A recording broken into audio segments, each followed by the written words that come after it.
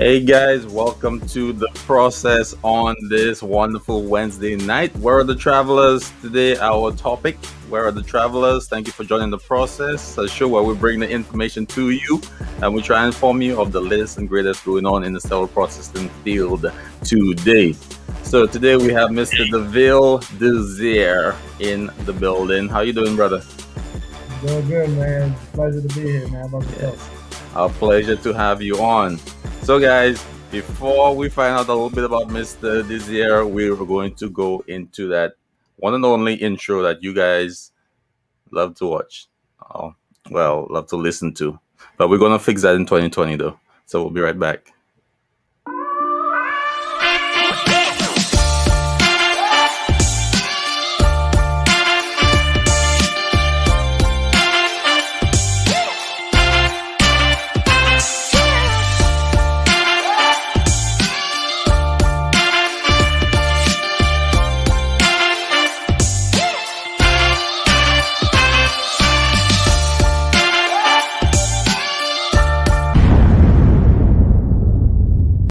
So, guys, welcome back. We're fixing it in 2022. Okay, that was a misstep by me. So, Mr. Desir, could you tell the audience a little bit about yourself and how you got into the sterile processing field? Uh, yeah, man. Sterile processing. I've been doing sterile processing for about 6 years. I'm naturally from Haiti.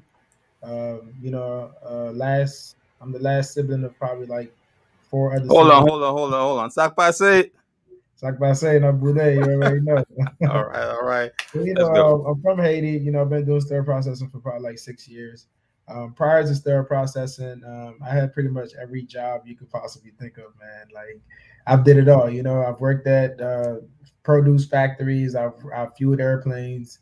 I've worked at Wendy's. I had every job I had. I felt like it humbled me up for the opportunity with sterile processing. How I found out about it was just hanging out on the block with some of the guys. And every day I kept seeing this guy pull up in like a new car, man. Like every time I seen him, it was like every couple months he was in a BMW, he was riding something real nice. Whoa. And he told me he was a traveler. So being a traveler was always my intention with sterile processing, even before I got my certification. And I just took it serious because I felt like I had a lot of drive, but no direction. And Mhm. once I found sterile processing, I kind of just took off and never looked back.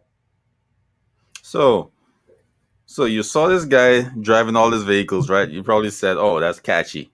Yeah, That's nice. I want a car like that, or I want that lifestyle," right? So, yeah, how did you end up going from seeing that guy to actually becoming a traveler? man, it took a lot of dedication, man. Because like I said, I'm a very humble guy because I came from nothing. My family, I wasn't fortunate enough to go to college, nor did I even feel like I really needed it per se. But I know I believed in myself, and I know I wanted to be better, and I had to do better. So I had to make 300, 400 flashcards, man. And I had Oh, to study it like a Bible. I had to take it with me when I was walking, when I was on the bus. Everywhere I went, I was just studying. I took it serious. And I also felt like because my mom was kind of like on her sick bed, so that was like motivation for me too. I definitely wanted to achieve something. yeah, yeah. I see. So you had motivation from multiple places. Multiple places, man. Because at 24, 25, like my fear was being like a low life, like not achieving anything, just keep working these dead end jobs. I knew I was worth more than that, but I just had to find the industry that really deserved me. You know what I mean? So once I found sterile processing, I took it serious. And I'm the type of guy. Once I do something, I always try to put my friends onto it. I had a couple guys that actually went through with it, followed through with it, but it didn't matter at that point because I wanted it for myself. So I had to go take it. You know what I mean? True, true, true. So you saw this guy. Let me just go backtrack. You saw this guy pulling up. Like I wish that was me because I'm not making that much anyway. So, but you saw this guy pulling up. You saw his lifestyle. Did you ever speak to him and find out, hey, what are you doing? How Yeah, can I get in? yeah. The thing about it was I actually know this guy, and it was just all of a sudden we didn't see him, hang around that much, and he told us he was taking a course, and then he told us it was going very well for him. And from the condition he was at to where he is, it's not per se that I wanted his lifestyle. It's just I wanted the opportunity to make it what I wanted to make it. Because I don't just go around and renting all types of vehicles. That's a waste of money for me. But if I wanted to, I do want to have the opportunity to do so and to live comfortably. So True, I true. spoke to him, and it just so happened that a lot of people in my neighborhood was actually had a high interest in this course, but some people just never followed through.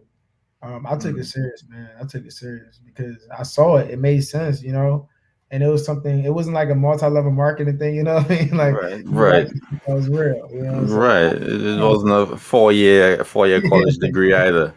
right. So you became a traveler and you install processing now. So a question, how has this traveling situation how has it helped you grow in sterile processing or become a better technician or better, you know, more grounded Hmm. sterile processing professional? I feel like it helped me in a lot of ways, man. With polishing my professionalism, my social skills, teamwork, and just competency. Every department you go to, or every department I go to, is different instrumentation, different equipment. So you could look at it like a training camp in some places. I started off. Thankful for me, I was trained at a hospital that was doing 80 cases. So high volume is not something that I stray away from. But if somebody was trained at a hospital that's doing like 20 cases and you go travel and you run into a situation in Boston where you're doing 120 cases, it's gonna bring the best out of you. So I look at everything as positive. But definitely like the people that I meet, the management, the leadership, they help polish me because they see potential. And for those that aren't threatened by it, they do want to see me excel. So that's definitely something that I take with me. Everywhere I go, I pick up something and just add it on to me. I have 6 years, but there's people that have 20, 30 years. I admire that. And I always look forward to learning from the next guy. You know what I mean? Definitely, I agree with that.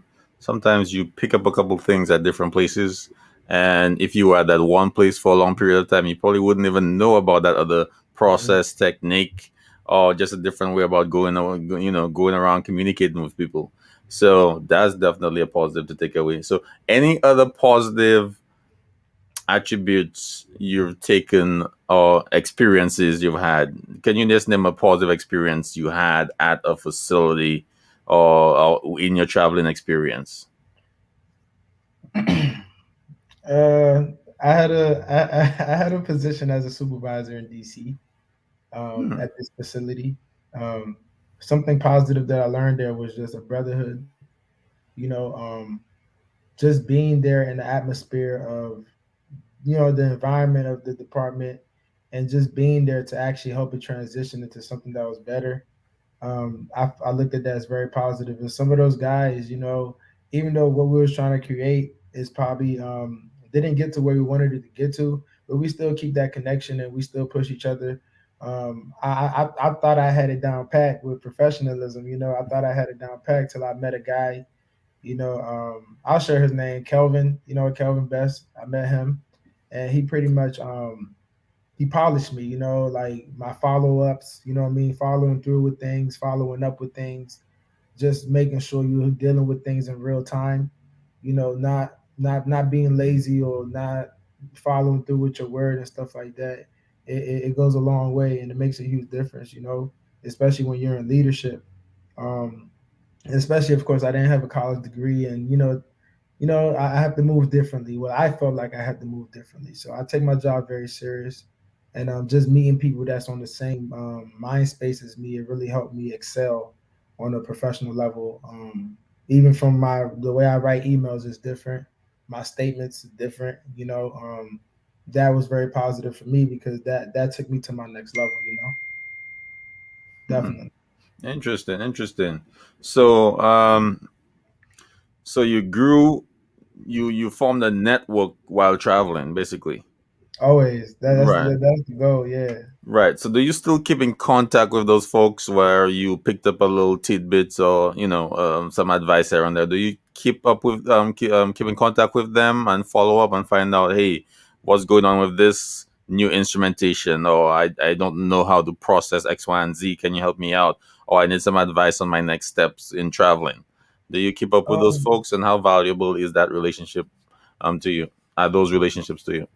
I keep in touch with them, but it's not per se as to practices. The people that I meet, every department I go to is always a couple of real people that I find that I feel as if we definitely got to keep in touch. But when we keep in touch, it's not like per se like on practices. It's per se on future business plans. Everybody you meet, you could look at them like they're a chess piece. You might not be ready to move that rook right now. You might want to move that bishop, or you might want to start off with that pawn, or you might be the pawn. But Okay. whatever it is, you got to move certain people in certain positions in the right timing. And I just feel like the way things come together, God definitely lets you know what move you should make. So the people that I keep in touch with, I do keep in touch with them, but I put them into play when the time is right, so the move could be the most effective. Because I know everybody's busy, and I'm very busy as well. So if I keep in touch with somebody, it's definitely something furthermore that I'm looking at. It's something methodical that I'm planning, and I just gotta wait for the right time to put that person into position. But other than that, I always check up on people, see how they're doing, see how their family's doing, and things of that nature. But I'm a very patient guy, and we're just waiting for that opportunity. So I definitely think the reason why I dropped the bomb is because I definitely think you give some good advice in terms of keeping contact with people and when to use that favor per se, or when to bring them into certain parts of your process and not, overextending the relationship before it's time. Right. Right. So I definitely think that was some really, really good advice. And guys, pay very close attention.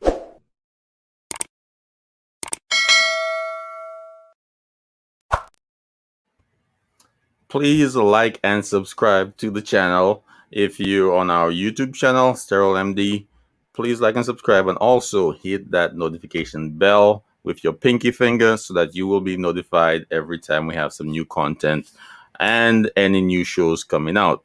So back to Mr. Desir. So you told us about getting into the field, a little bit about networking, and different how you had different opportunities meeting persons around the country through your travel experience, and keeping those people in your Rolodex, so to speak, so that you could communicate, contact, get some more info when needed, or they could contact you and get some info from you based on your experience. Absolutely. So, any advice for anyone wanting to get into the traveling field and experience the fruits of traveling, which is a little more lucrative than working working at a facility, at one facility. You make a little bit more money. The benefits seem to be getting up to par with with a full time stationary regular job at a facility, and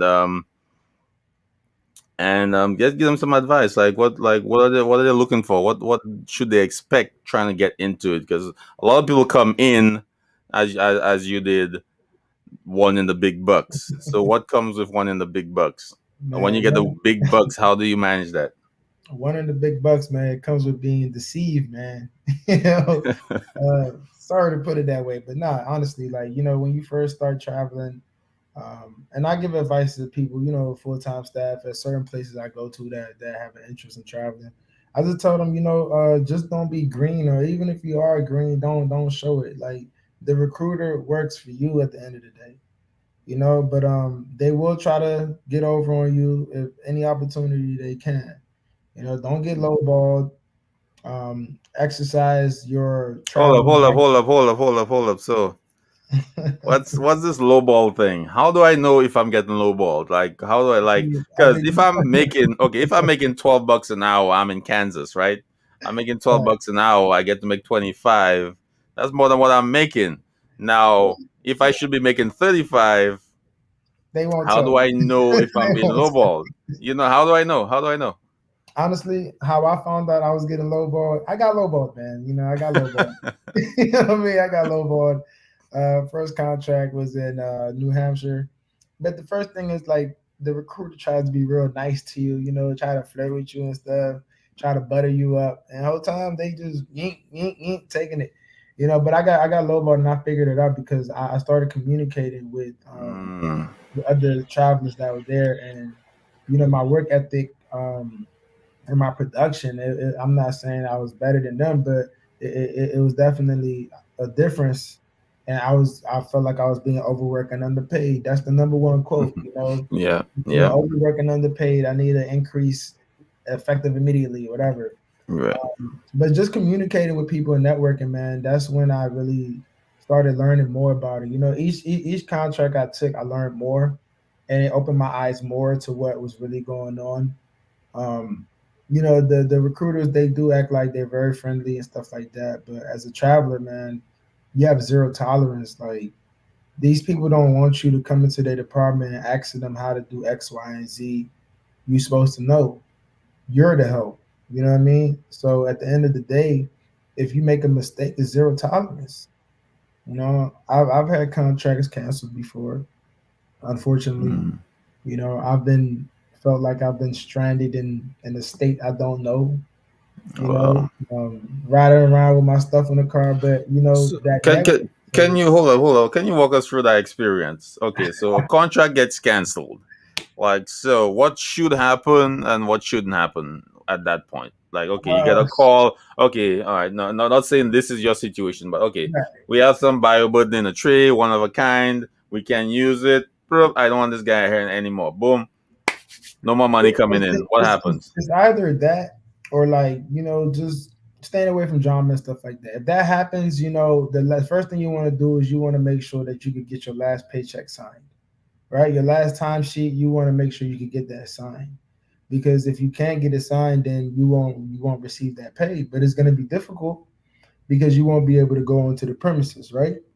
Oh, So you have to have somebody that you've networked with, that that could get that done for you, or just be a pest about it and call your recruiter and see if they could electronically sign it by the leadership team. But the thing about being a traveler is like you are taking a risk. You're taking a risk every day you step out the house. You got to think about certain things in a methodical way, and just look at them from a broad standpoint. Like, you might go out there and get into a car accident in a state that you're not from. That's a big trouble. That's big crazy problems right there. Or you might be in a department and, like you said, you might have buyer burden in the tray. Depending on the leadership team you have, they might have zero tolerance with that. There's no discipline. There's no disciplinary action as to like mentoring you to becoming a better tech there. So mhm. you might get pulled because of that. But if you do, don't feel any type of way about it. Just try to retrieve your last pay, and just move on to the next. There's hundreds of agencies out here, and just because you get canceled from one, don't mean that you won't walk into your biggest blessing on the next one. You just got to look at things with your chin up, and just take it. You know what I mean? Just take it and move on, and add it to your experiences, and just grow from it. That's all you could do. Yeah. Definitely, definitely, I agree with that. I agree with that because if you have one, some adverse situations may open up definitely a bigger blessing for you on the other end. So I've Yeah. definitely seen that in my life. So if you have any issues in a particular department, or you got fired, laid off, don't be too down on yourself, because that may be opening another whole other set of doors that will get you into the path you're supposed to be in the first place. So I definitely agree with that, brother. You got a really good positive mindset. I like that. So all right. So did we go through that entire thing? So make sure you get your last paycheck All right. So what about the hotel situation, your rental, getting back home? Does Right. the agency help you out with that, or are you on your own with getting back? But that's what I was saying about the your traveler rights, I call it. All right. Um, it's some tips that can help you be more comfortable to get into a traveling position, especially if you're skeptical about other variables that you're worried about, such as finances, right? So, like on my first contract, I was broke. You know what I mean? I was broke, bro. I was living check to check, bro. I was broke. And I needed to do it because something in the back of my head told me, yo, if you don't go get this contract right now, bro, you're gonna go through some hard times, man. So it was tough.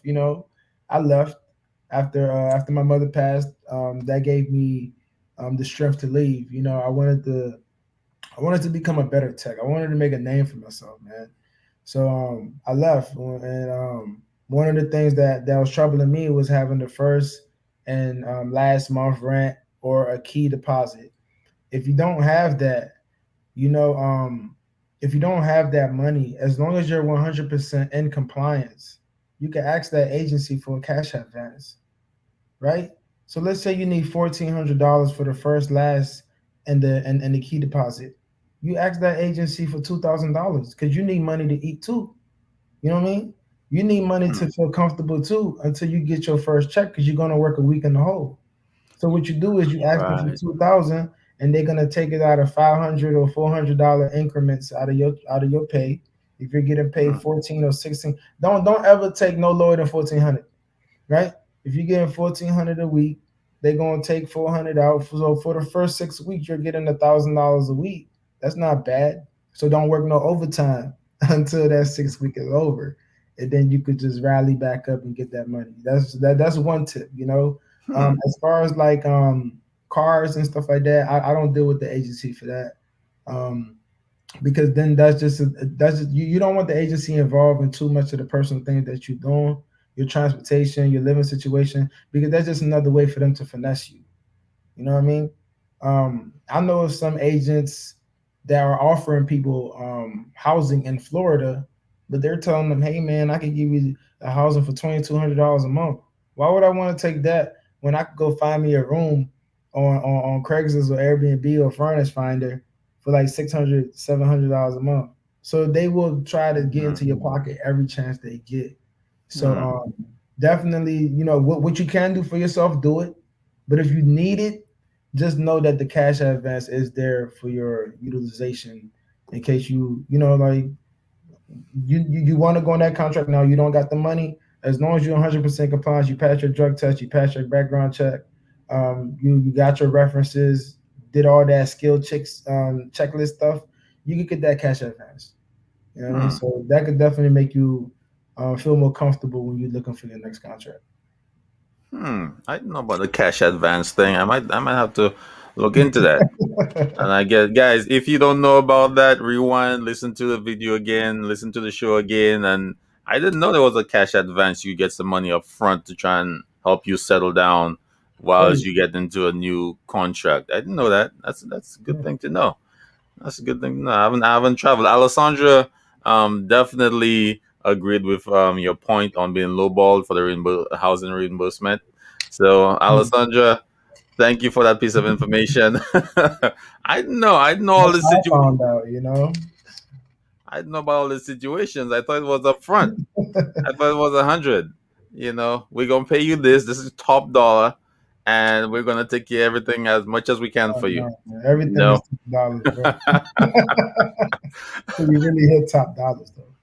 Yeah. So we have another Facebook. We can be ruthless sometimes. Oh yeah. So okay. So tell me about not necessarily you, but tell me about some things you heard about that agencies have done to not to put a shed a bad light on the agency. We want to educate persons as to what to look for in an agency. All right. So any stories you heard about agencies not being as forthright as they should be in terms of giving persons the money they are owed, the benefits they're owed, Shit, or man.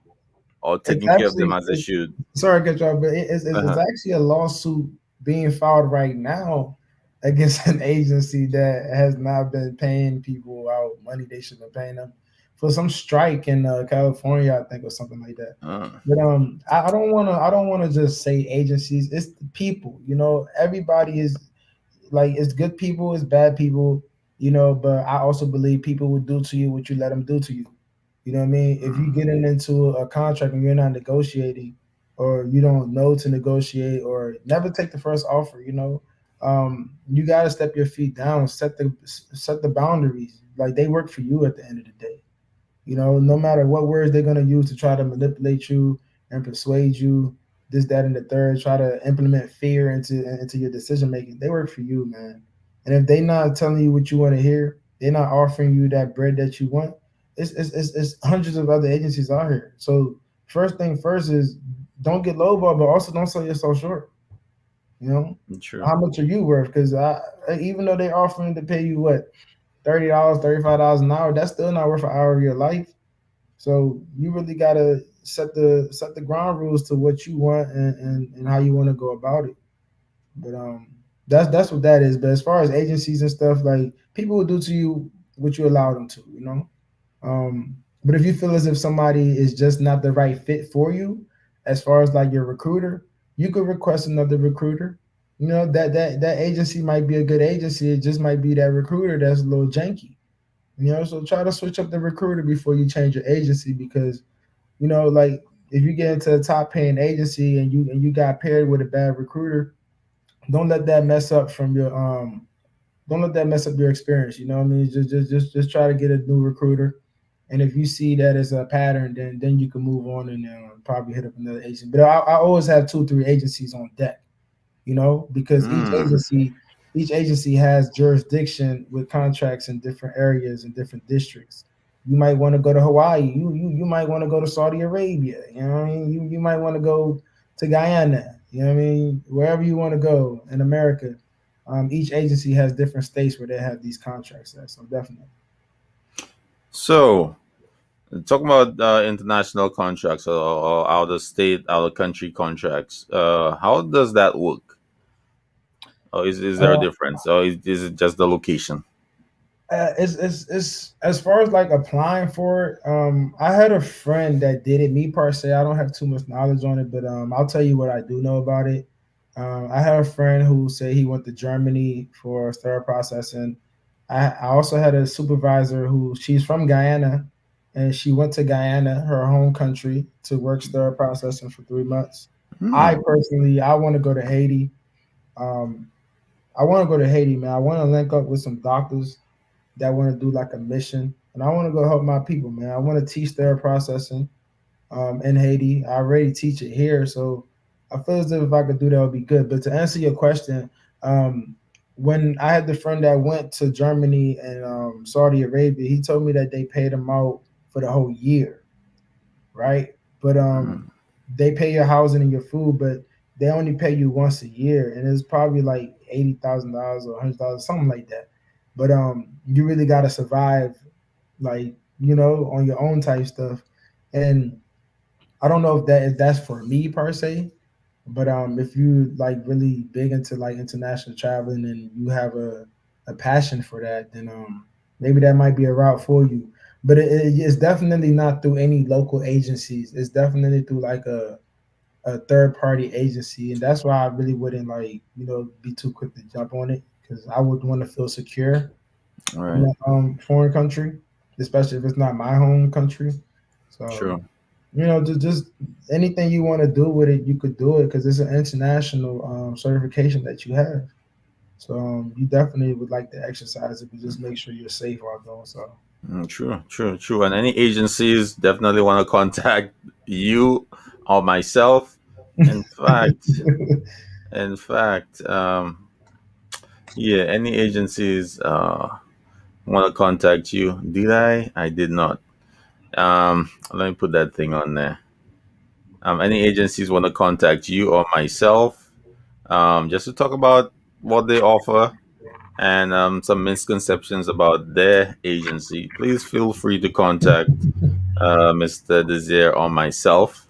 I'll definitely be interested in having you guys on to promote yourself and to dispel any myths or any misconceptions about your agency or what persons may feel agencies do or do not do um, pertaining to cell processing professionals. Let me ask you, um, any advice for persons on the fence? Like they've been in the field for a while. They have the 401k, everything is set. They're kind of grounded at a Hey facility. guys, welcome. And then now they're seeing this agency thing. They're trying to go from making $14 an hour to making $40 an hour. So they're trying to do something different with their life. So anyone you see on the fence with that, what advice do you have for them if they're considering switching from their full time to a traveling position? Well, it's a couple factors that come to play with that, but um, anybody that I find at a facility that I feel as if has an interest, I always, give people the go because it's like you deserve to experience that, man. But then again, sometimes, like you said, some people are tied down with the mortgage, some people is tied down with the kids, you know what I mean? Some people is tied down with just personal life in general. So, I don't want to be the person to say, hey man, forget all that, live your biggest dream. So if that person, doesn't have those ties down personally, I do advise them to try it. Even if it's not like far away, you could do a local contract. But I do believe that everybody deserves to have the opportunity to make that type of income. Because I believe in everybody that I run into. It's just something about me that I take with me everywhere I go. I just believe in thinking positive and just uplifting people. I feel like that's my superpower is inspiring people to do things they believe they couldn't do for themselves. And like I said, it's a great thing. You meet a lot of people, and not just that, but you develop certain skills within yourself that you probably didn't know was there. Inside of you lives a person that is burning with passion for whatever it is that you desire to achieve. But if you stay contained in a box, then you would never really figure it out. But like I said, I don't want to put somebody in a position where they're gonna feel uncomfortable and things like that. But if you're definitely looking to grow as a person financially, as a leader, definitely step out your comfort zone and see what you're made of. You know. Definitely. And shout out to my LinkedIn viewers. A viewer said, read your contract before signing it and don't be afraid to ask questions if it doesn't look right. So, Yeah. guys, read your contract. And if you're not versed in contracts, take it to a lawyer or someone you trust.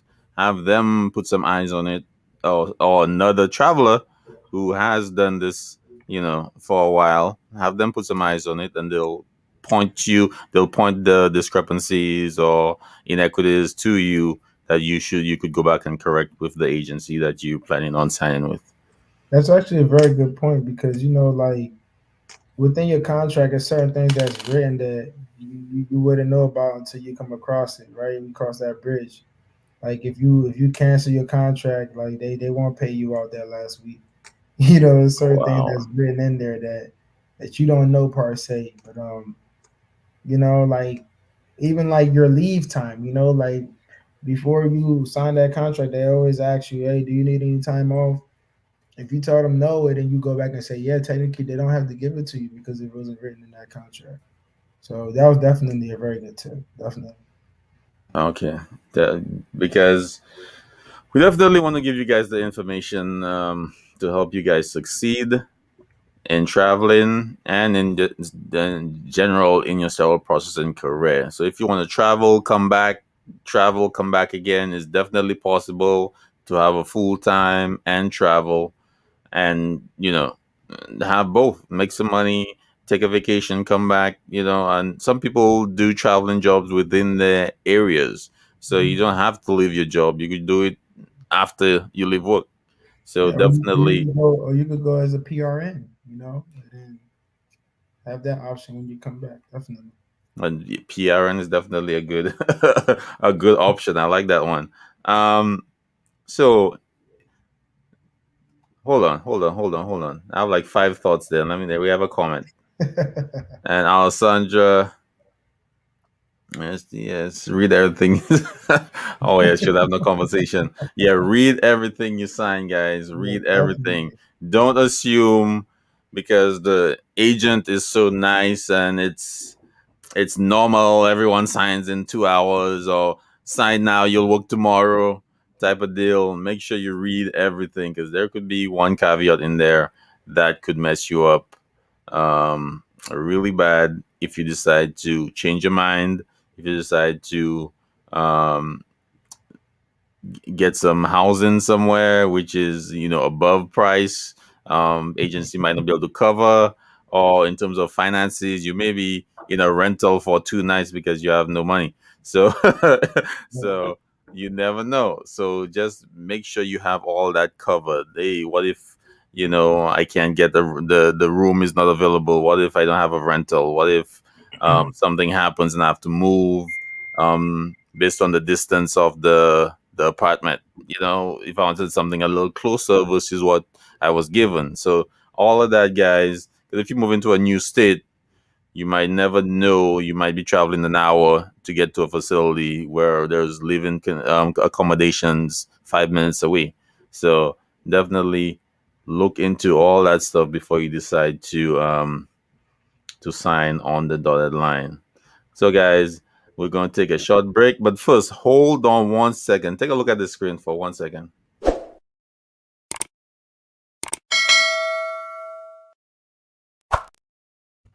So, guys, go to our YouTube channel, like and subscribe, and also use your thumb if it's not too big and just hit that notification bell. And that notification bell will let you know every time we have new content coming out. So, new shows, new videos, anything, you'll be on it quick, like boom. Oh, there's a new show out. Oh, it's 7 p.m. Oh, let me tune in. So hit that notification bell, like and subscribe. And guys, please give a little comment because we definitely have some good information tonight. And we have another Facebook user, yes, and they will definitely out you father to save money. Yeah. Oh, Yeah. so that's a real thing. Okay. All right, cool. So um, that user is saying they'll definitely put you further out.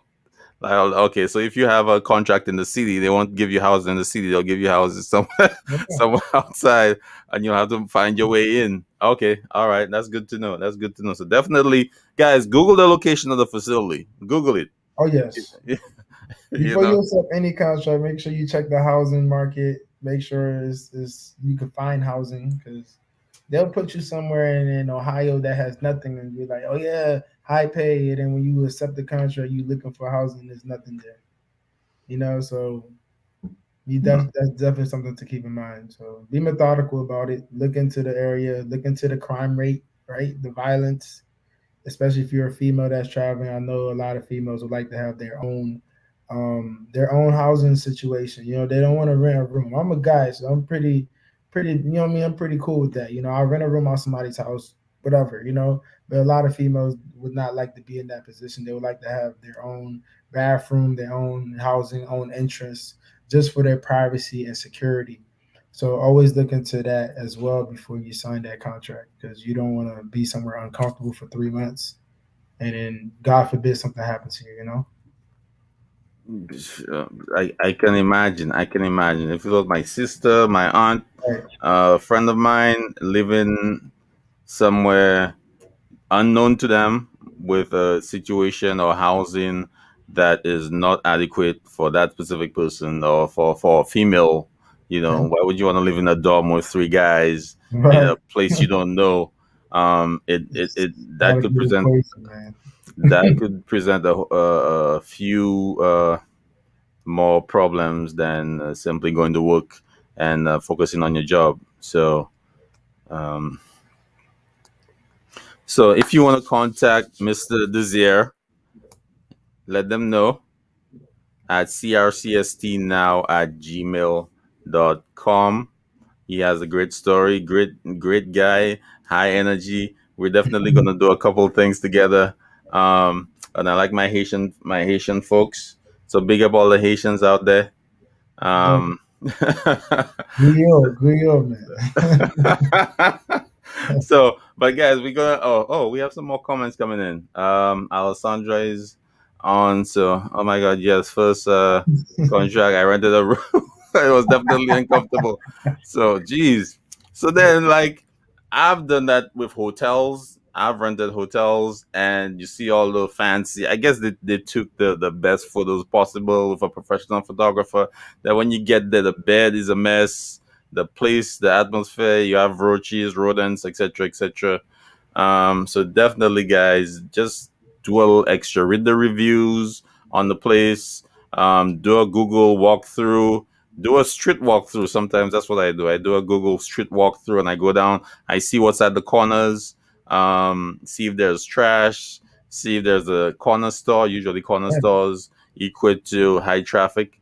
So you definitely want to make sure you know exactly, what kind of area you're gonna be landing in. I know some people that also like, if you have some sterile processing friends, you guys want to take a contract together.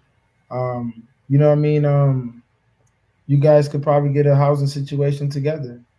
Or like this LinkedIn user said, if you have family or friends in the area, then you could definitely stay with some of them. You know what I mean? Save some money or travel in a group, and you guys could.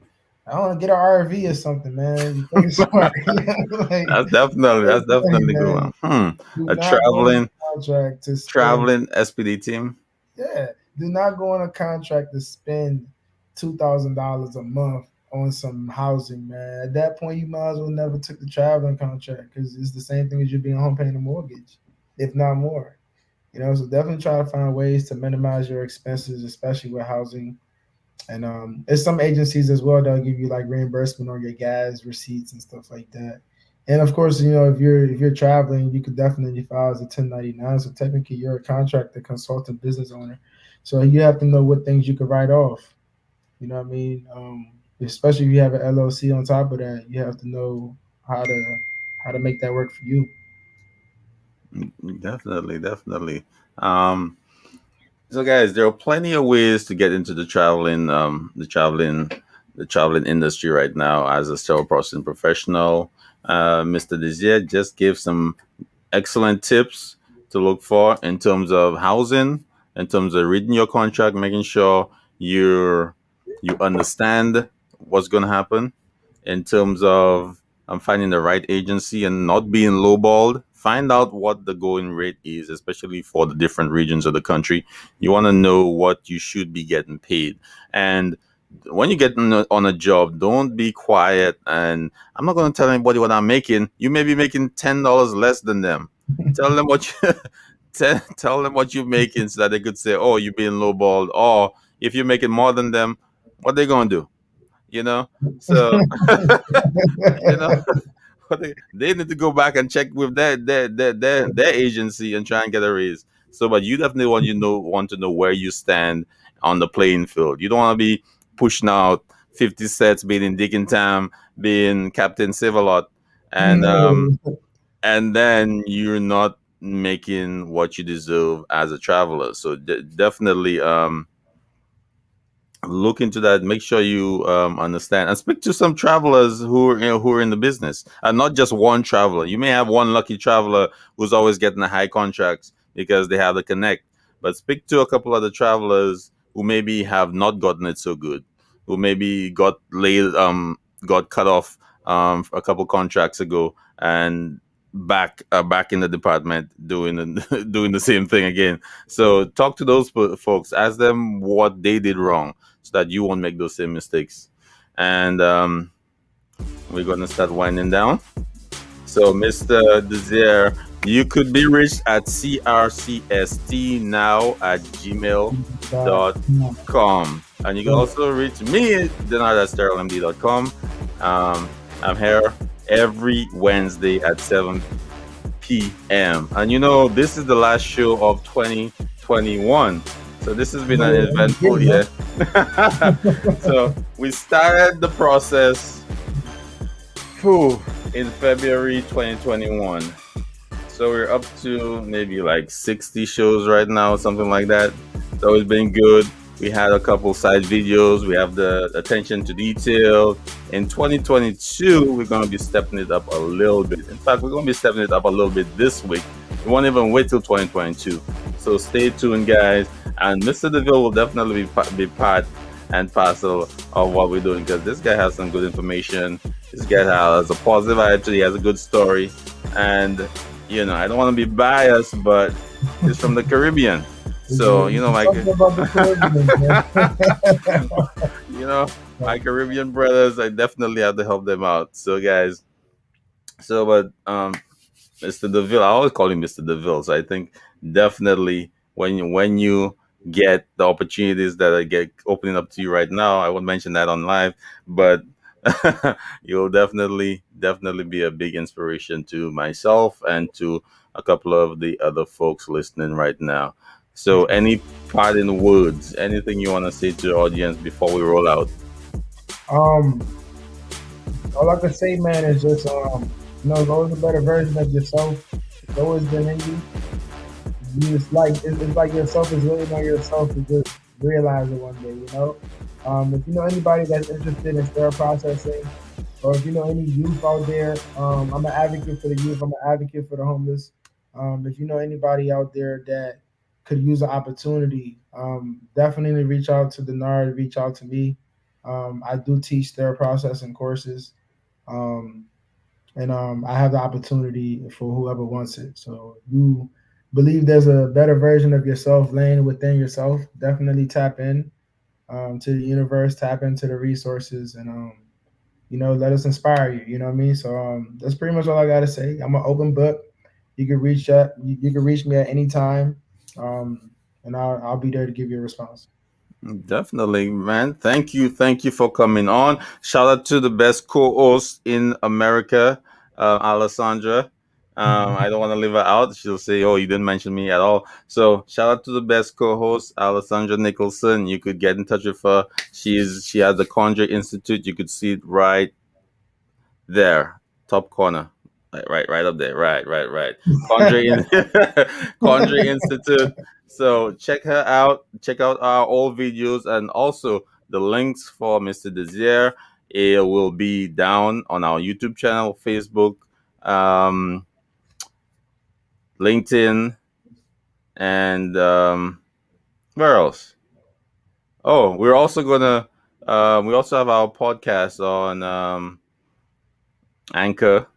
We have TuneIn Radio. We're on TuneIn Radio if you want to check us out there, and Spotify. All the regular basic stuff. So like you could anywhere you go, you get on the plane, you go to another country, download the apps, guys. You'll find us. You could listen to some good style processing conversations, and enjoy yourself at the same time while you're on vacation. Lay on the beach, put those AirPods in your ear, and relax and listen to a good talk show.